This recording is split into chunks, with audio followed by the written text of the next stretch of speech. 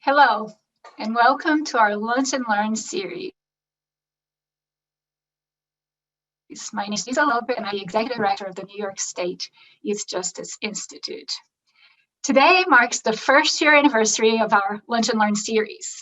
And with that, I want to start by giving a special shout out to our YJI Fellow, Brian Rainey, and to all the YJI scholars who work behind the scenes to bring these webinars to you. The success of these events results in great part from their dedication and, of course, your support.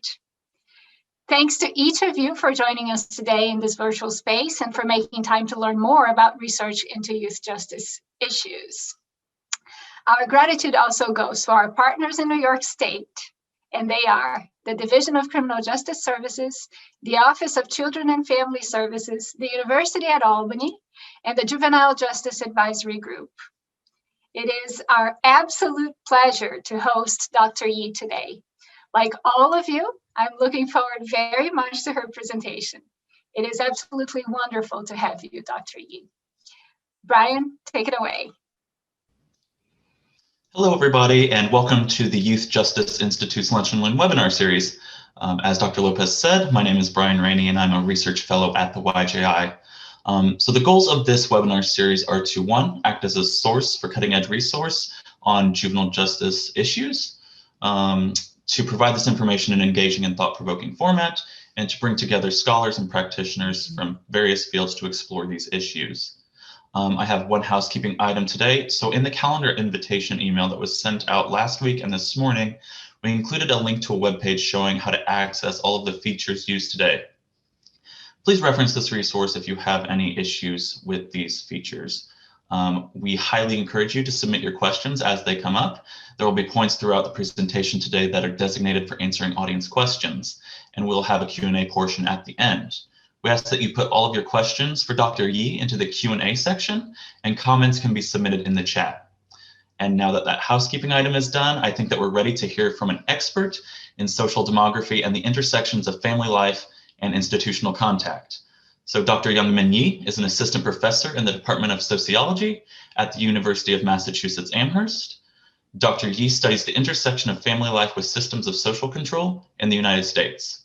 Her current research projects use survey and administrative data to explore the unequal distribution of child welfare and criminal legal system involvement across social groups in space.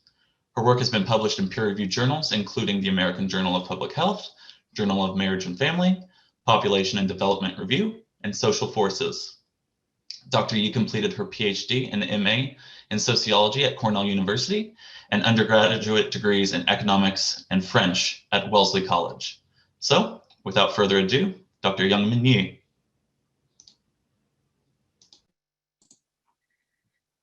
Brian, thank you so much for that introduction. And I want to thank Dr. Lopez and the Youth Justice Institute for the invitation to be part of this Lunch and Learn series. I'm very honored to be presenting on the one-year anniversary, though I know that also marks some pretty heavy loss and grief over the course of why we had to transition to this format. I'm so grateful for the work that the Youth Justice Institute does and really humbled to be part of this broader conversation about how we can use evidence in thinking about youth justice. I want to thank everyone also in the Zoomiverse who has tuned in and decided to share time with us this afternoon. So again, my name is Youngmin, and I'm a quantitative sociologist of inequality and a social demographer. So this means that I think a lot about structures and context as part of what shapes people's lives and outcomes. And my analytical toolkit, so the tools that I use to answer research questions, center broadly on numerical information, and particularly numerical information that allows us to understand and describe the size, the distribution, and movement of populations across space, and the factors and contexts that shape all of these things.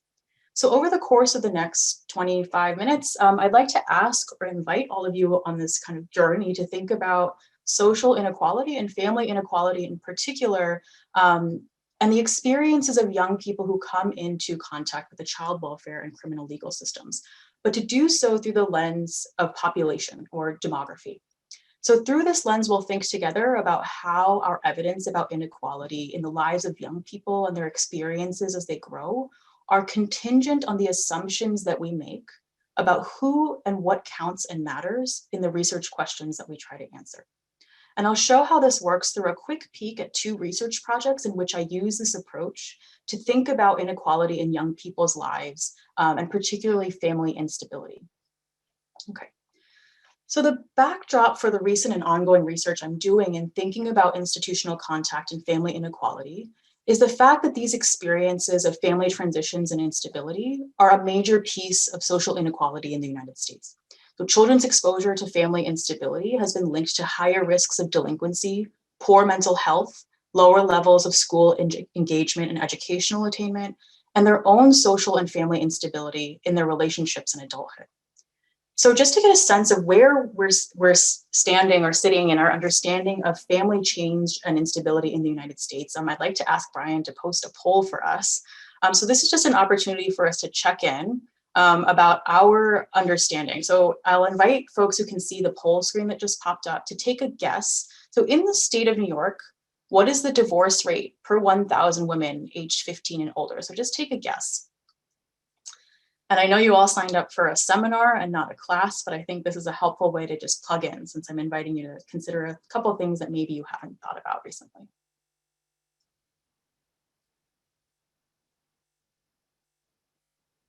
And as I say to my students, no wrong answers. This is just an opportunity to connect and learn.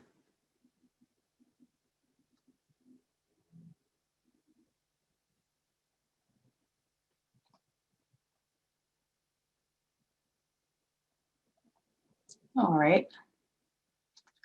Okay, so we're going to go and share the results of that poll. So most people, the highest proportion of people guessed 9 or higher, so the highest option. So the divorce rate in the state of New York is 6.1 per 1,000 women aged 15 and older.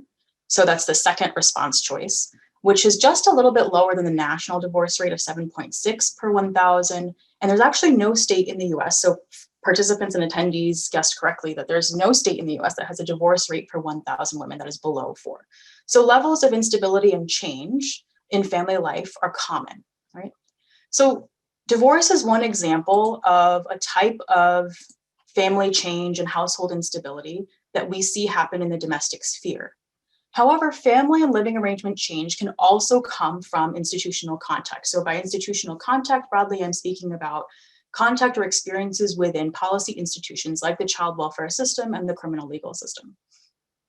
So the incarceration of family members or household members, the removal of a child from the home to be placed in foster care as a response to confirmed maltreatment, or other types of intervention in familial and living arrangement arrangements and relationships are all forms of institutional contact, right?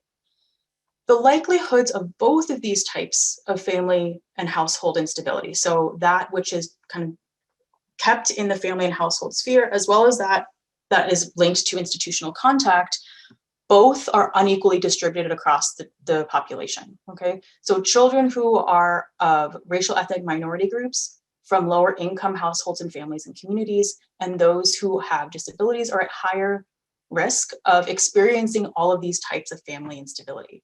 So I'm going to invite us to connect one more time through the polling tool and ask Brian to pose a second question for us as we think about inequality in the risks of these experiences. So I'll ask folks to take a guess one more time. How does the likelihood of foster care placement by age 18 for Native American and Alaskan Native children compare to the risk of that experience for white children in the United States?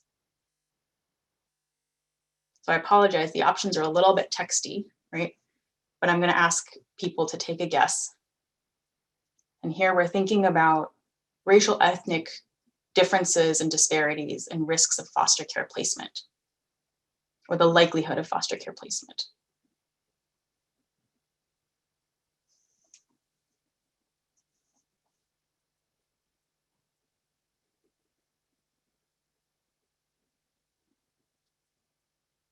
All right.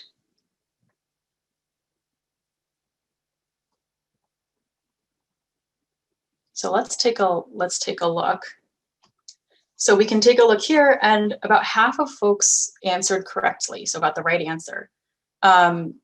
Children who are Native American, Alaskan Native are over 2 times as likely as children who are white to experience foster care placement by the age of 18. So 11% of Native American Alaska Native children will experience this event, while about 5% of white children will ever experience foster care placement. Now, I want us to keep in mind that those prevalence rates are quite high given how serious of an intervention that is, right? So for a child to have been placed in foster care, before then there should have been a report and an investigation and a court confirmation that this is the appropriate, in most states, that this is the appropriate intervention for the child's safety. But there are massive racial ethnic inequalities in that experience. So now that you've entertained me with kind of thinking about what we know about family demography, family inequality, and thinking about differences across social groups and the risks of institutional contact, I want to highlight what I've considered to be a bit of a policy practice to research disconnect.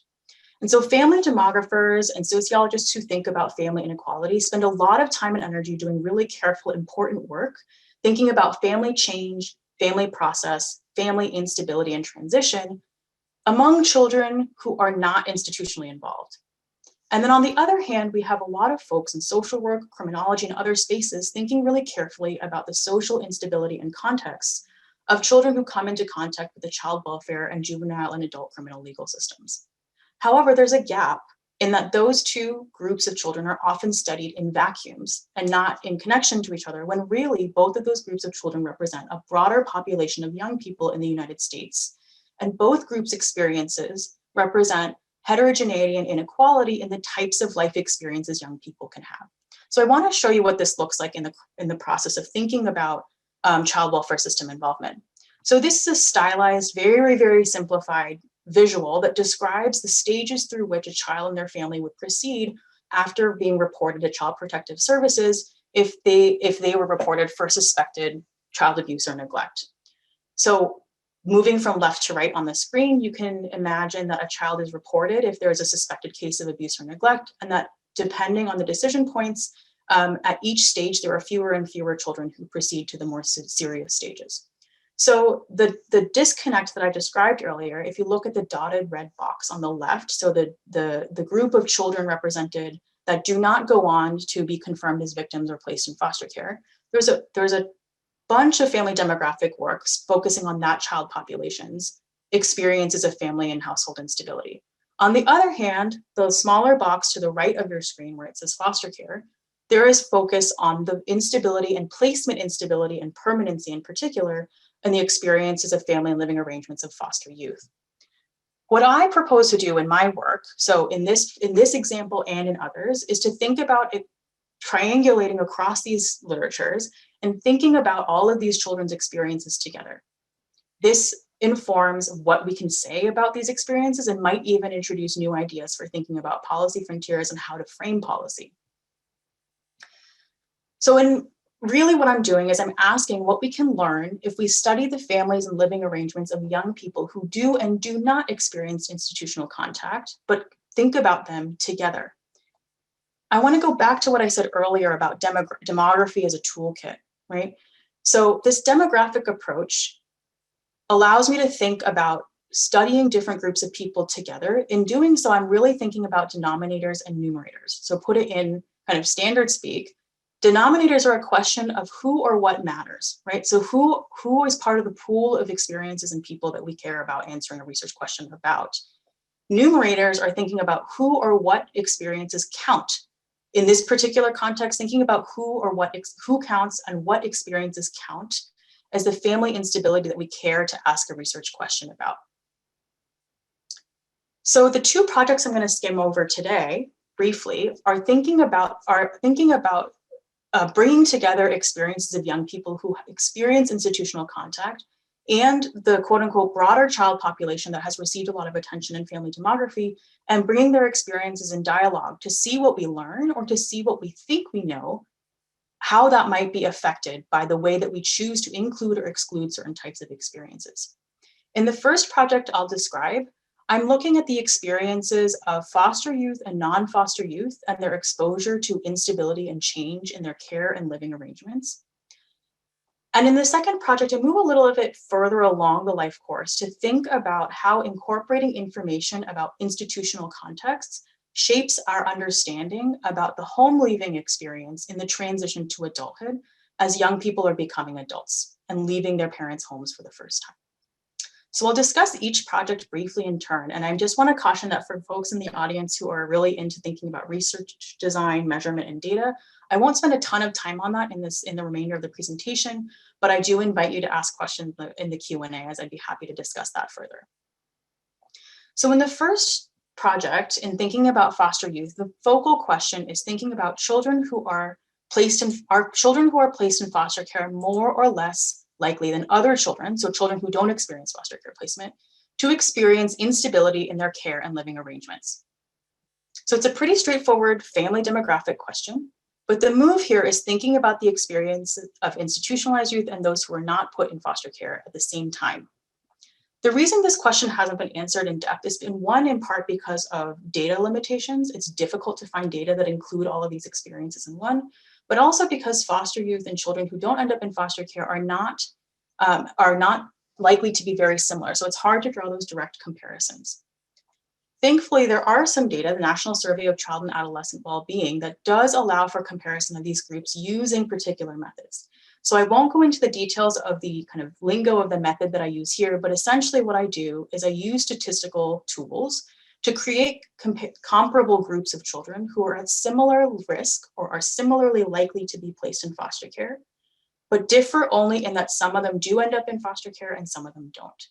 And what I then do is I compare their likelihoods and rates of change in their primary caregiver, so who is their primary caregiver, whether or not there is a secondary caregiver available, and also the structure of their living arrangement. So what is their residential or family structure? This includes children who are in group homes. And I compare across groups of children, a group of children who did end up in foster care and those who did not. I'm going to jump right to showing you what I found. So in the first set of analyses, I include all transitions, okay? I'll explain what that means in just a moment. And as we might expect, children who are placed in foster care are much more likely, that's what the upward bars represent, much more likely to experience a change or transition in all three of those ways of describing a child's care and living arrangements, okay, across the three broad racial ethnic groups that I have data for. However, if we think about the foster care system, at some point a decision was made that the child's home situation was not safe for them any longer. So the intervention of placing a child in foster care is not value neutral. There was a decision made to make that change. And so how would these results hold or not if we consider some of those changes or transitions in their care and living arrangement to be necessary, right? This is a question, right? This is a question of policy. But I wanted to see what this association, this difference would look like if we account for both possible ways of interpreting or defining transitions. So in the second set of analyses, I only include what I call quote unquote excess transitions, or transitions beyond that which was deemed necessary by decision makers in the child welfare system.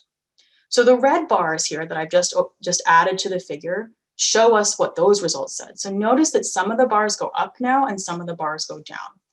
The downward bars suggest that if we only include particular transitions that don't coincide with the child's initial placement in foster care, the children who are placed in foster care actually experience greater stability in the structure of their living arrangements and care and living arrangements. Now, notice I said structure. This does not mean that the same people are there, but that the configuration of their care and living arrangements are likely to be more stable. However, we can see on the left that the upward bars still remain for primary caregivers. So that means that children who are placed in foster care, even after we exclude transitions, even if we don't count transitions that are deemed necessary, are still experiencing much greater instability in the relationships that they have. So their relationships to their primary caregivers. This is not something that we could learn without thinking about foster youth, foster experiences, and non-foster experiences in concert. Now, moving further along the life course, now I'm thinking about the home leaving experience in the transition to adulthood. So although it's socially and culturally, the social and cultural context kind of describes whether or not we consider leaving the parental home to be essential for the transition to adulthood, in the United States, the vast majority of people and families consider leaving the parental home to be an essential milestone for the attainment of adulthood. So given that, it's important to think about the timing and likelihood of leaving the parental home for the first time at some point in late adolescence and early adulthood. So the question I ask is, how does the inclusion of institutional transitions to higher education, the military, incarceration, how does this impact our estimates of the prevalence and timing of first home leaving? Prevalence is just a formal term to describe the likelihood that someone leaves home for the first time and when it happens. So one piece of background information is that in lots of research, in conventional research studying the home leaving process, institutional experiences or institutional transitions are often excluded. So the experiences of young people who end up in correctional facilities are not often integrated into these analyses, and those aren't considered as departures from the parental home in the context of the transition to adulthood. So my project here is questioning that and problematizing what we include in the numerators or what we consider to count when we think about home leaving. So again, I'm using longitudinal data, so I'm able to follow a cohort of young people who were ages 12 to 17 in 1997, and I use a demographic technique to assess the impact of including institutional transitions in our estimates of the likelihood and timing of first home leaving and early adulthood. Okay, so again, I won't go into detail about the method or the data, but happy to discuss that further with all of you.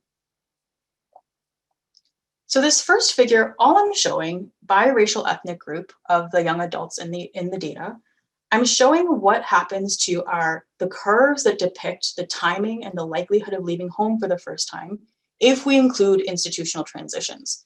So the dotted lines that happen to end up on the lower part of for all three figures show us that that's what we would imagine, that's what we find, that's what I find if we estimate home leaving likelihood and timing only using non-institutional transitions, so a kind of conventional definition of home leaving pathways.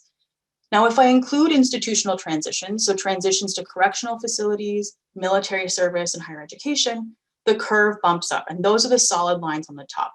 So the takeaway from here is that for all three of these broad racial ethnic groups, so for all young adults that I study, the inclusion of institutional transitions tells us that a higher proportion of young people have left the parental home for the first time by age 31 than we would otherwise have concluded, and also that they're leaving earlier in the life course than we would otherwise have concluded. So excluding institutional transitions or experiences with institutional contact actually suppress an important part of the experiences of the transition to adulthood that we have been excluding. One more takeaway I want to show from that tweak to the analysis is that it actually also allows us to see something different about racial ethnic disparities and patterning in the transition to adulthood. So if you look at the panel on the left, which here is labeled roster-based for a methodological reason, we can see that the curves seem to cross in a particular way. So the solid line that ends up at the top, at the late end of the age distribution in that left picture, tells us that there seems to be a white, non-white binary or a dichotomy in the timing and overall likelihood of leaving home for the first time among young adults in the transition to adulthood. So there appears to be a pattern there between white and non-white young adults. However, if we look to the right panel, we see that the curves intersect more and that there's no racial ethnic dichotomy between white and non-white young adults. And so including institutional transitions also tells us a different story about racial ethnic patterning and inequality in home leaving experiences in the transition to adulthood. So that's a whirlwind, but I just want to bring it all together before we open it up for discussion. So first, I find that using this kind of critical demographic lens and thinking about what we count and what we don't count, I find that children ever placed in foster care experience greater instability in their caregiving relationships, but that the conclusions that we draw about instability in their living arrangements depends on what we decide to count. Second, I've shown that the incorporation of institutional transitions into estimates of the timing and likelihood of first home leaving show that more young people leave home earlier in the life course than quote unquote traditional or conventional analyses might suggest. More broadly, I want us to think a little bit about how our analytic decisions shape our definitions of childhood and adolescence. So going back to thinking about home leaving experiences, the fact that we haven't included institutional transitions is really a normative decision, right? Basically saying that certain types of institutional transitions are not mainstream enough or aren't necessarily relevant for a particular research question when we're thinking about people growing up. but we learn something new if we pushed back on that methodologically. So we have to think about the fact that these decisions that allow us to inform policy, that allow us to think about inequality over the life course, are shaped somewhat by these definitions. So a second broader takeaway is that it shapes where we're able to learn about family inequality and racial ethnic inequality, right? So the ideas that we bake into these definitions and measures shape the facts that we have to work with. Finally, in a broader lens, and I think this is an especially appropriate space to bring this up, these definitions and decisions about analyses and our definitions reflect policy priorities and imagination. So this may be a little bit, I don't know if it's contentious, but kind of allowing us to think bigger, right? So when we think about relating the instability, for example, of in care and living arrangements of young people who enter foster care, and we compare those to the experiences of young people who do not enter foster care, what we're really doing substantively is demanding that those two groups of children, we're asking whether it's possible for them to have similar levels of stability in their care and living arrangements, right? Thinking about them separately, it suggests that we can't compare them. But what if we allow ourselves to try and compare them? So these are some of the conversations that are happening when we think about extended foster care and we think about providing wraparound supports to young people who were previously institutionally involved. And so our methods and our research design can open up those opportunities for engagement and thinking about policy priorities if we take the time to critically evaluate what our definitions are. So thanks so much for kind of working with me through that whirlwind of demographic concepts and thinking about two different projects side to side that take a similar approach. I'm really excited to hear how the discussion goes and happy to answer additional questions. Thanks so much. Thanks, Youngmin. And I just want to invite our attendees here today, if you have any questions at all, just to put them in the Q&A section. But right now we're going to shift to our conversation portion with Dr. Yi. So my first question is, so what are some of the consequences of first leaving home? Do these vary depending on when a person has their first home leaving experience? So I think I really, really appreciate that question because it forces me, right, to think about the questions I thought about in relation to likelihood and timing, and then connected to the, okay, why though? Why do we care? Why does it matter? So as a demographer, I'm going to argue that the timing and likelihood does matter, but I think it's really important to think about other reasons why we should care, right? And so there's, I actually am going to turn a little bit to the criminological space to think about this. We know, right, from thinking about desistance over the life course and also the context and factors that shape whether someone becomes involved with the criminal legal system ultimately, those are all shaped by what institutions broadly speaking we're plugged into, what peer networks we have, what resources we have. And so depending on where we are in the life course and how ready we are to enter these additional institutional settings, that's going to shape what the trajectory looks like later on.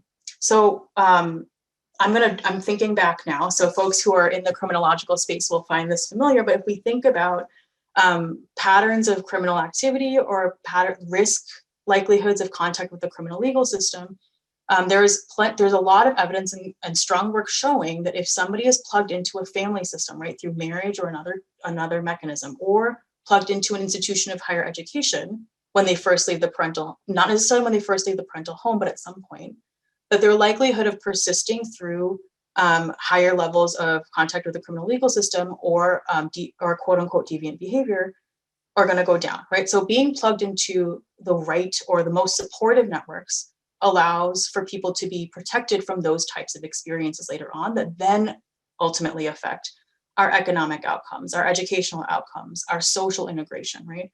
And so it's the combination of the timing and the context.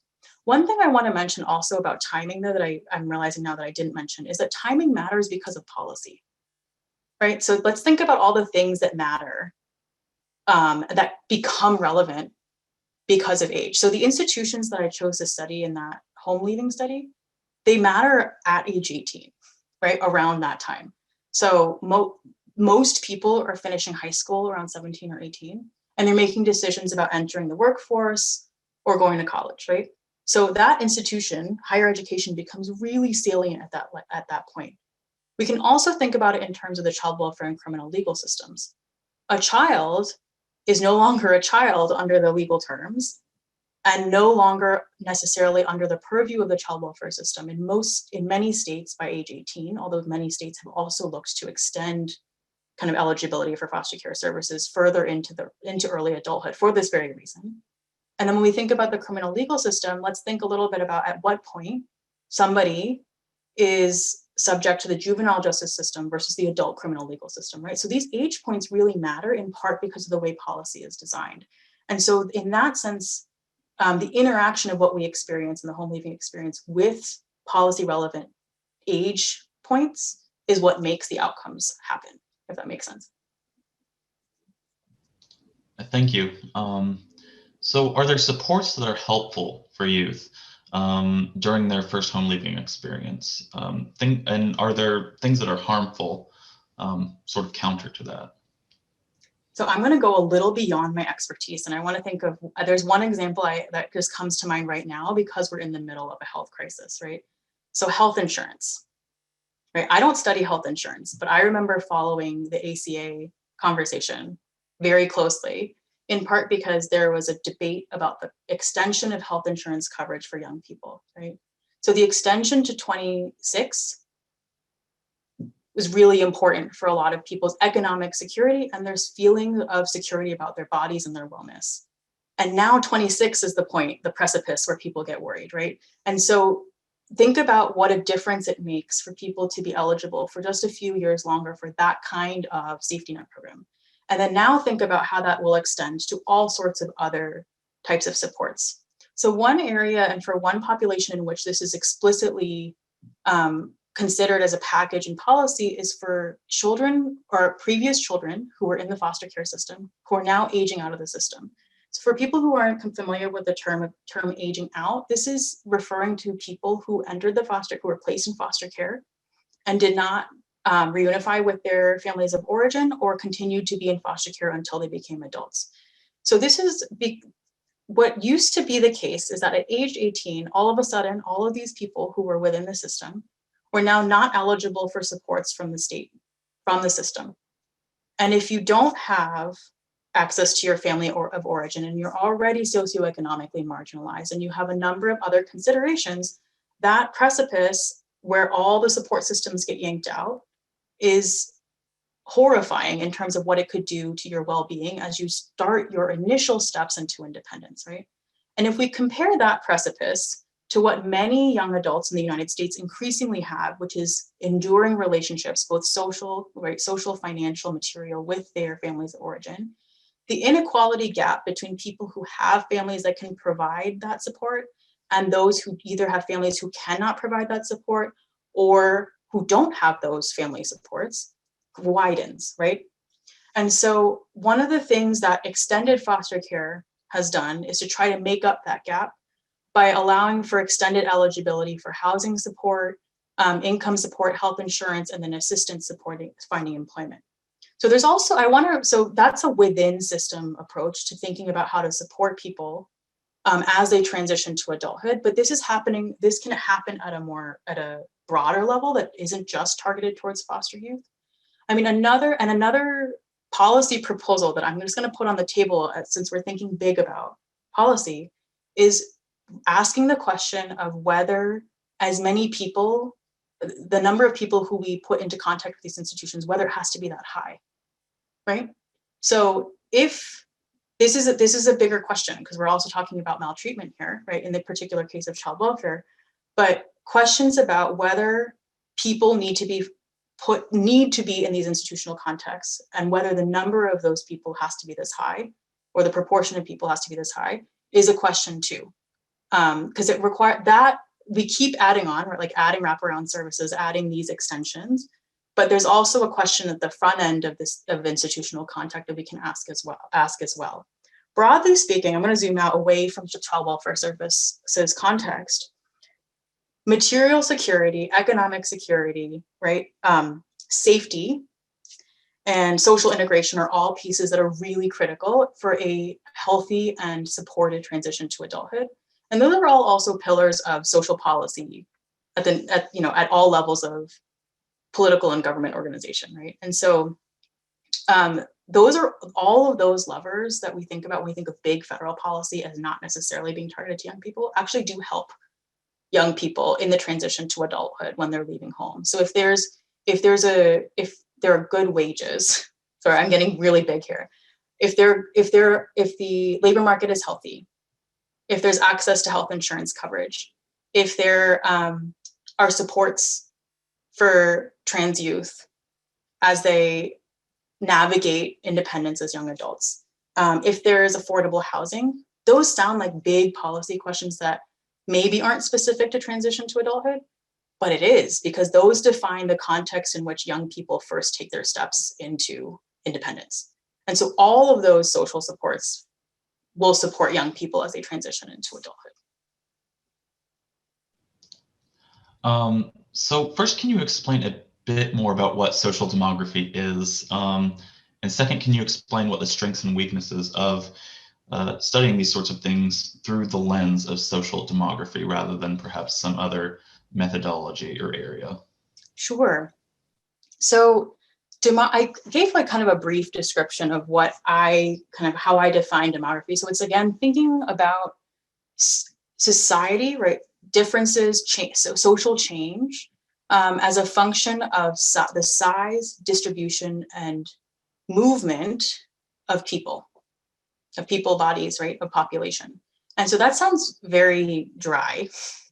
But if we break it down and we also think about the fact that that means we care about what affects each of these things, the possibility for the questions we can answer just explode, right? It could be any of this stuff. So I started with an interest in family demography and family change, right? How many times does a child experience a change in their family composition or their household composition?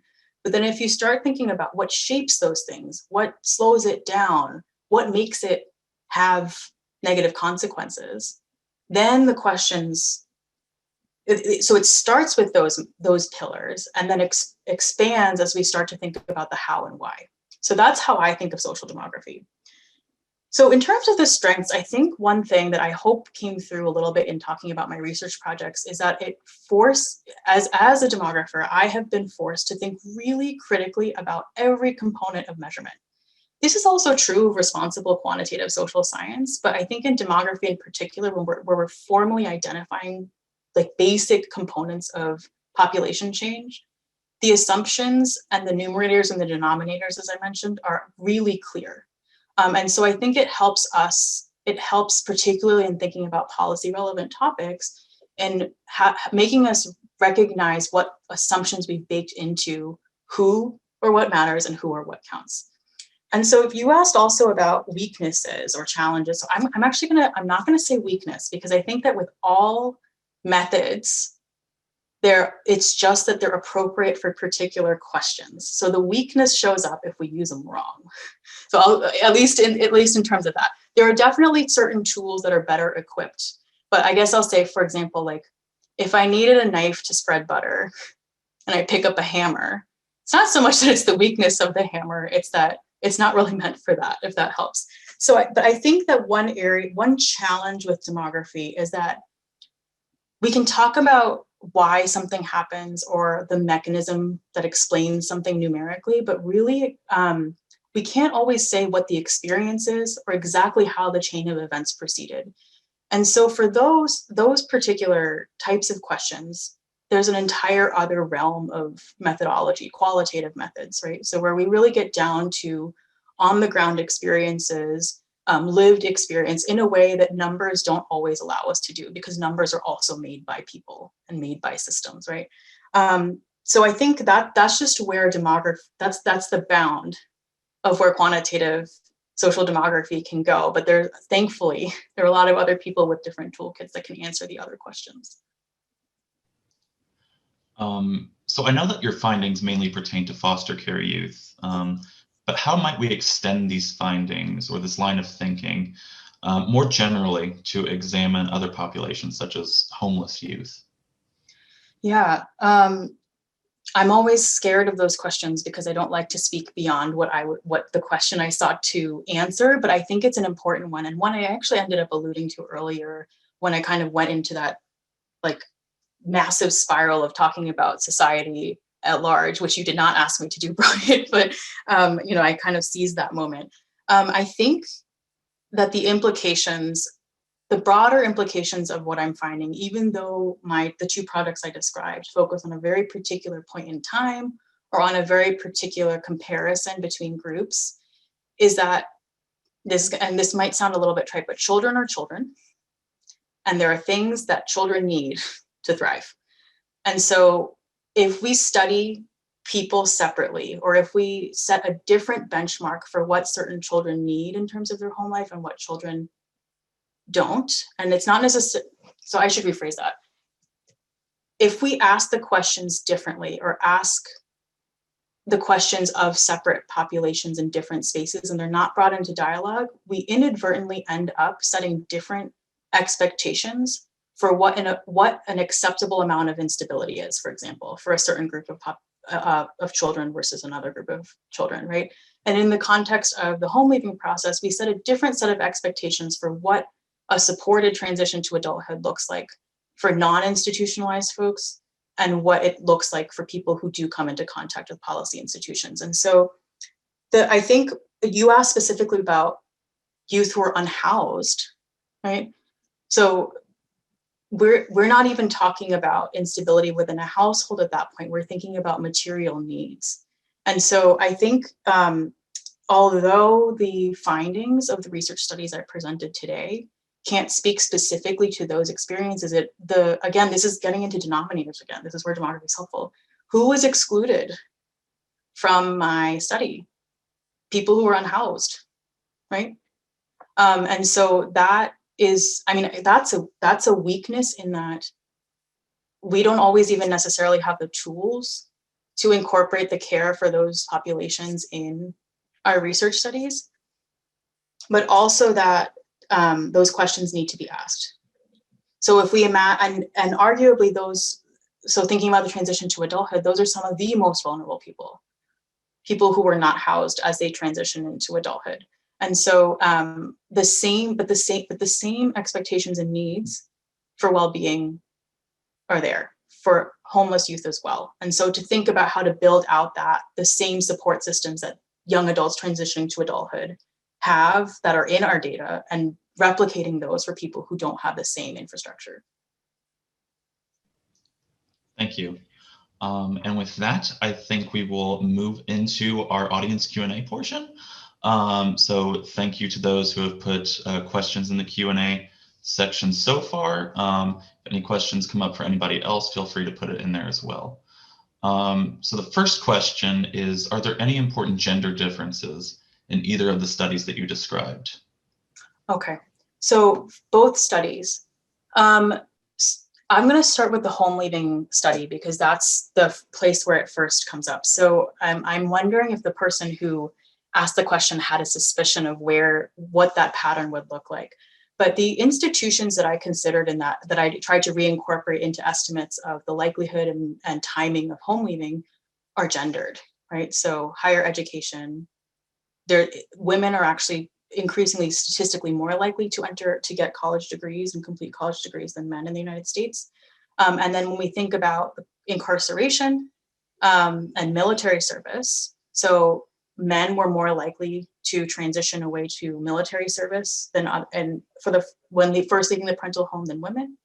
And then in the context of incarceration, men were a little bit more likely than women to have that be their first home leaving pathway, although rates of women's incarceration have been climbing, right?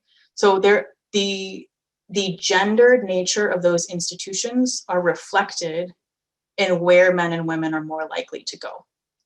And one thing I want to mention is that because I used this dichotomized measure of basically respondent sex from the NLSY, I'm not able to speak to transgender young adult experiences. And so I can imagine that there are some inequalities there in terms of the positive or negative context in which they're leaving to when they first leave the parental home. Thank you.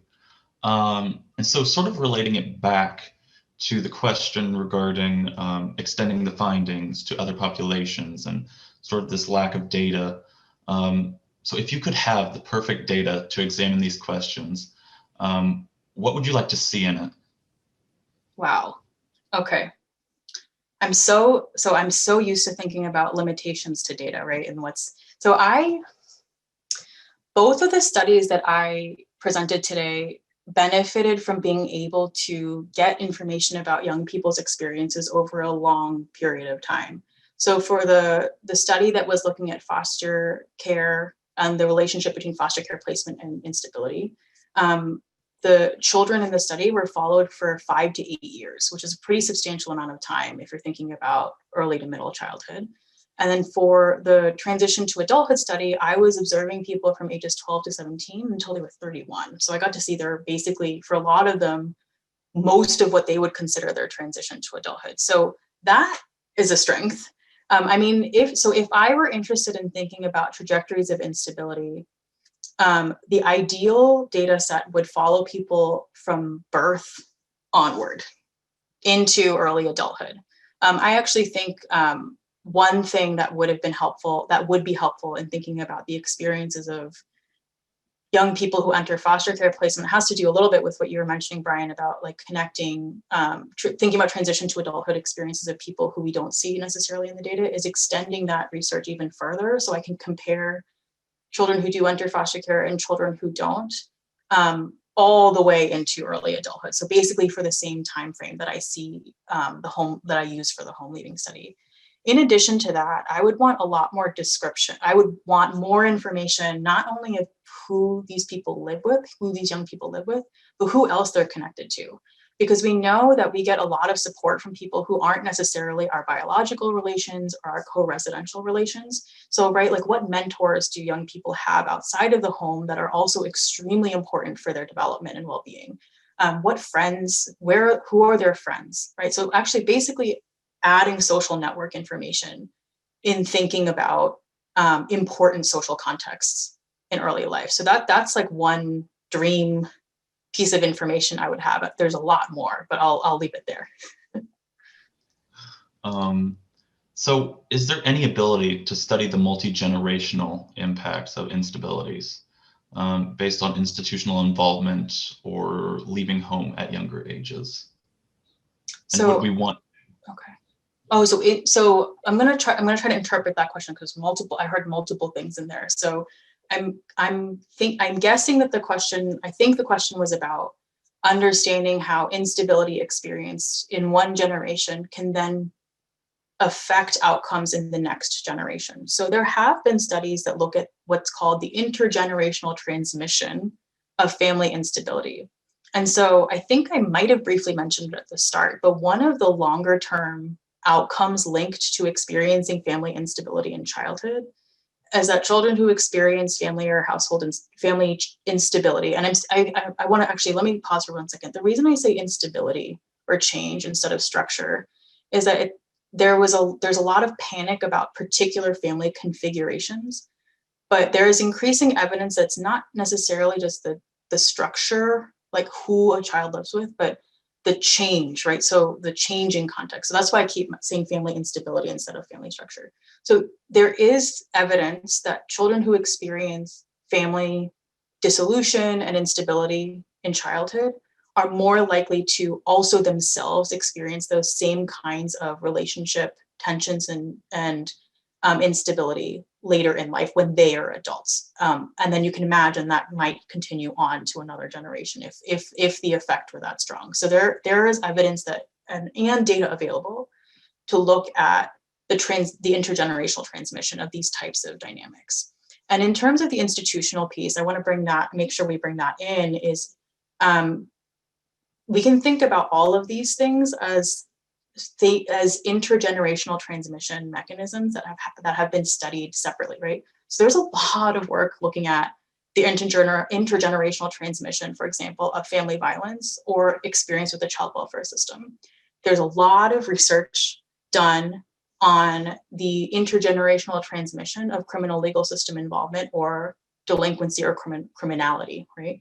And so if you think about all of these together, and now that we've kind of thought about how each of those things affects family instability, it's pretty hard to disentangle everything, right? And we have to think about how each of those things that seem like they're their own intergenerational trajectory might actually be intertwined with the others.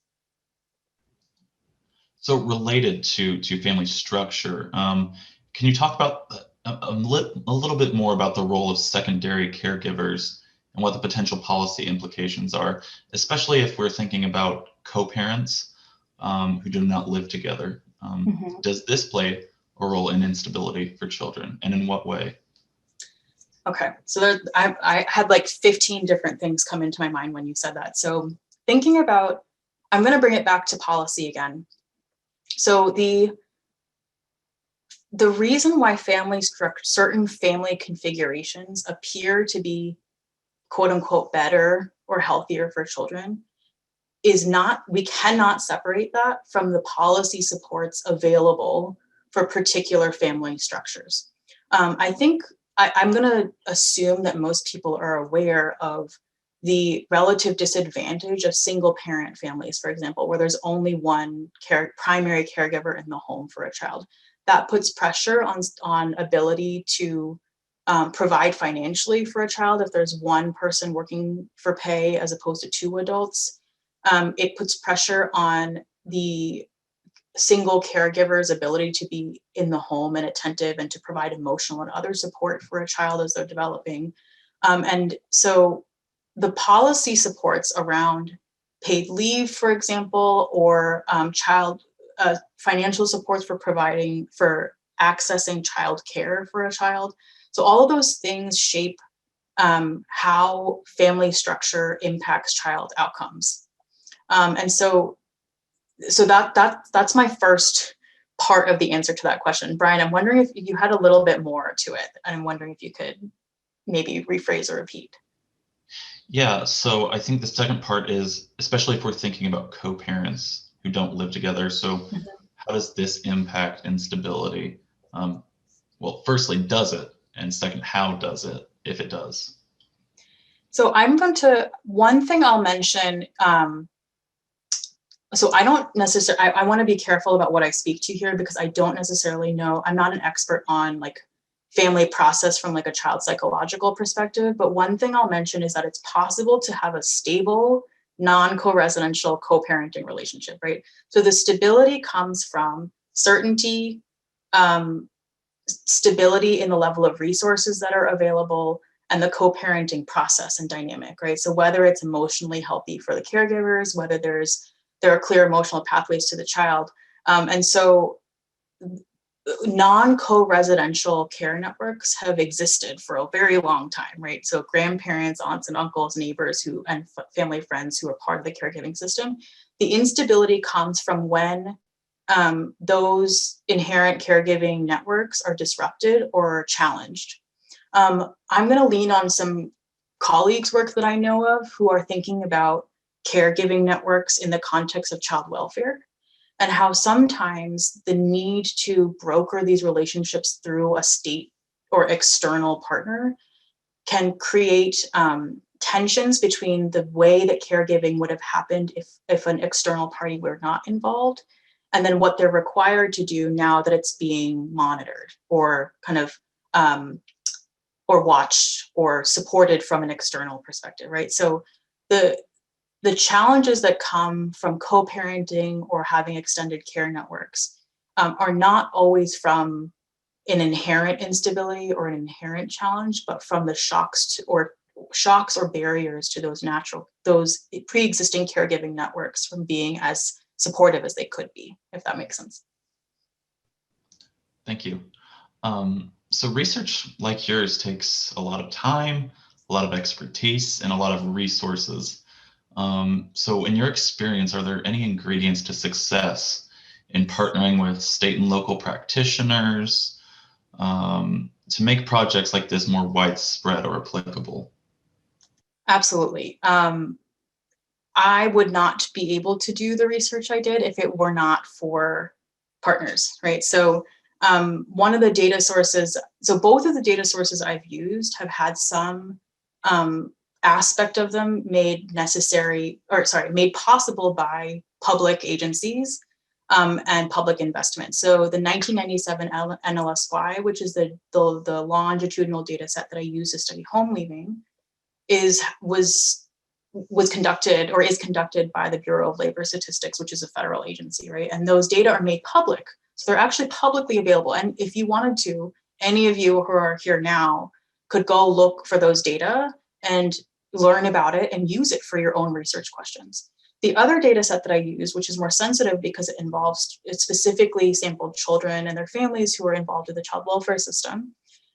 Those data, however, are not necessarily publicly available, just downloading off the internet right now, but you can access those because they're housed at the National Data Archive on Child Abuse and Neglect, which is also partly federally supported, right? So the data collection efforts are off, whether we always know it or not, are usually produced by a bigger constellation of public and private actors that allow the data to be collected. And and of course, the core of that is also the families and individuals who are willing to share their lives with researchers and public actors, right?